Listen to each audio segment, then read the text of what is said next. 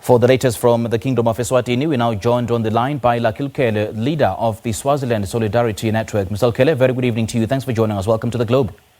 Yes, thank you very much. Good evening to you, Mr. Ngongwana, and the viewers at home.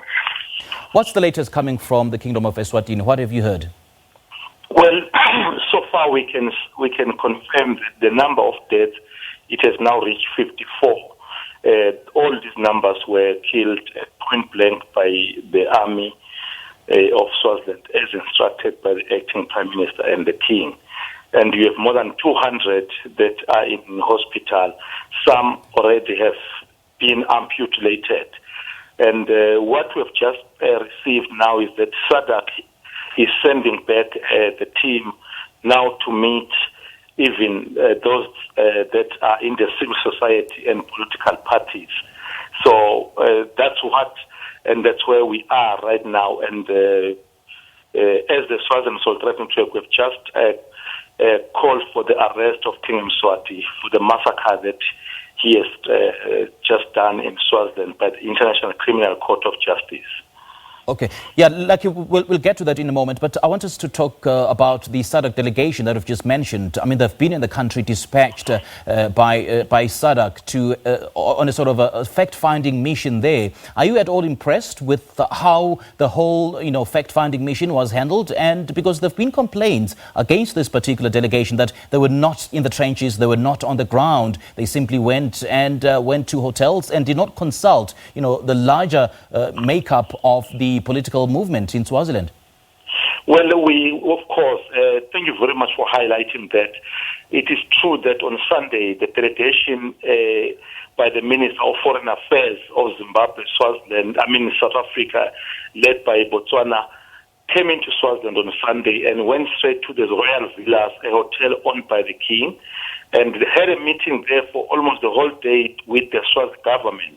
In a bizarre move of events, was that the Swazi government, colluding with some of these ministers, then brought in a team of the so-called civil society, and a brother-in-law of the King was presented as a leader of the civil society, in this case, Mr. Kasaro. And luckily enough, or fortunately, the leaders of this progressive movement heard about this kind of a meeting, and they barged in and forced their way inside the meeting. That's when the SADC ministers were embarrassed and apologized and promised to come back. But our advice now with this new team is that can they please bring in experts, in this case technocrats, people that will stay in Swaziland for not less than a week and meet the victims of this violence, those that have died and those that are in hospitals injured by this system. It is only then that they can get, or they can call themselves a fact-finding mission. Right now, they are more like a team of people that are on vacation.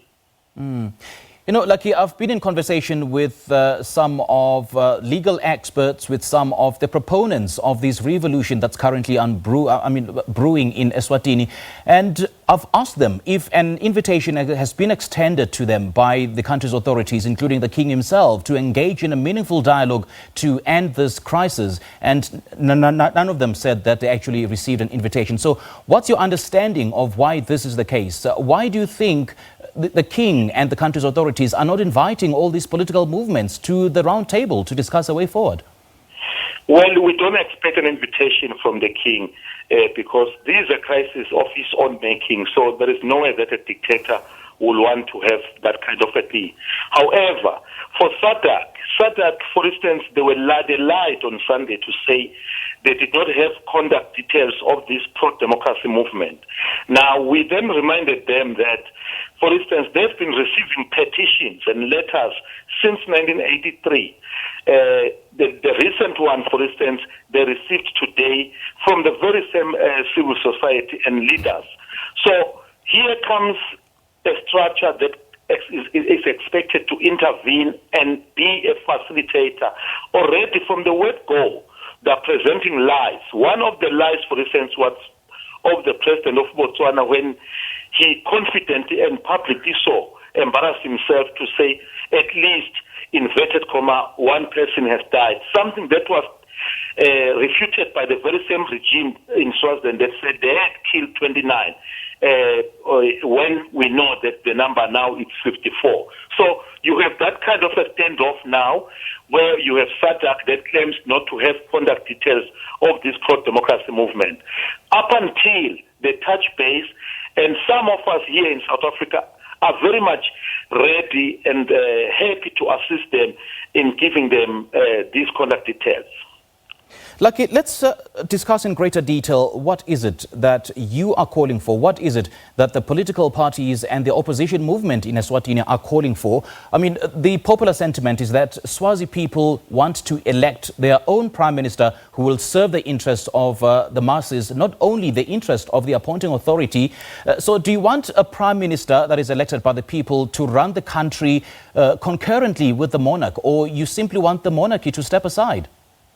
Well, I've just received a communication that is part of, that comes from this civil society, including political parties, trade union movement, whom they have appointed ideal to then communicate on their behalf to SADC and many regional bodies. Their demand, number one, is one, unban political parties immediately. Number two, they are saying they're calling for a transitional government that will develop a new constitution and lead the country whilst preparing for a future dispensation. That includes the role of the royal family, including the current king, whether it would still be irrelevant or not. And also to the unconditional release of all political prisoners, including those that are out on bail.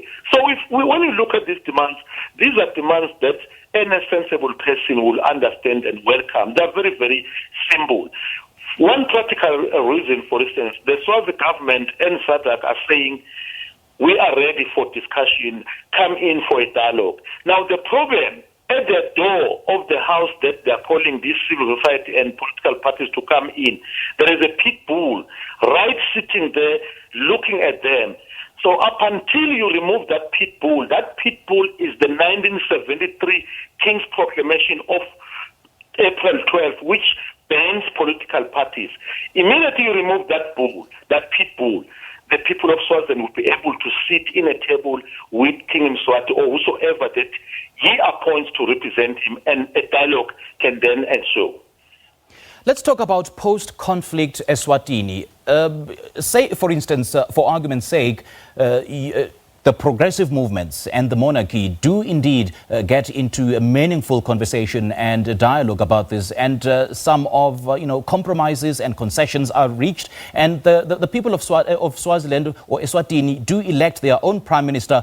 Is there a plan for progressive movements to take the country forward? Because the fears, I've been in conversation with so many people about this particular matter, is that there'll be more bloodshed as so many forces are interested in the kingdom of Eswatini and its governance, and there will be more bloodshed after this particular conflict, and more blood will be shed on the floor, more than we're seeing now. Well, it is unfortunate that there is that warmongering. For instance, what we can say is that in Swaziland, for instance, the people of Swaziland can live with or without the king or the monarch, but we don't see the monarchy existing without the people of Swaziland. So it is in the best interest of the monarch and King Mswati in this case. However, this bloodshed that has always been presented, that people of Swaziland will be more blood being shed, I believe that there is more blood already. It is 54 people. It is more than enough. In the history of humanity, even in South Africa, for instance, in 1976, the reason why it was called a massacre, it was precisely because the numbers were more than 25. So in this case in Swaziland, 54, I don't know if you don't call it a massacre, what is it that you can call it? So that blood is too much. It is. We may even run out of chemicals even to wash it. So you can't then use it and say there may be more bloodshed if people go to multi-party democracy. It is never heard of South Africa living happily on a multi-party democracy. And the issue of the prime minister, the people of Swaziland may want a republic. They did not say they want to be led by a constitutional monarchy. Right now, for instance, what if, for instance, they say No. We no longer want the monarchy to be part of us, because they've already created a mess. So how do you then invite a person that has created a crisis to be part of a solution? So that call is a call of the people of Swaziland themselves in that transitional democracy, team, and also in that new constitution. So what's your understanding of how the country's authorities are handling the situation? Are we likely to see more blood shed in the coming days, since there is no consensus between the monarchy, the country's authorities, and the progressive movement in Eswatini? Well, I think it's kind of like unfair to expect the progressive forces. The progressive forces, they are more like a boxer that his hands are tied at the back, and the other boxer is allowed to punch unlimitedly and indiscriminately as much as he wants. So right now, the ball is in the royal family and the Swazi government. They're the ones that are unleashing this lethal force. For instance, reports that are coming in is that the king has called his friend in Equatorial Guinea to help him manage the crisis. And indeed, the mercenaries are, as we speak, coming from Equatorial Guinea, masquerading as army, are already in Swaziland. Some of them are part of the Swazi army that are killing these people. So the problem is not the progressive forces or the citizens or the civil society.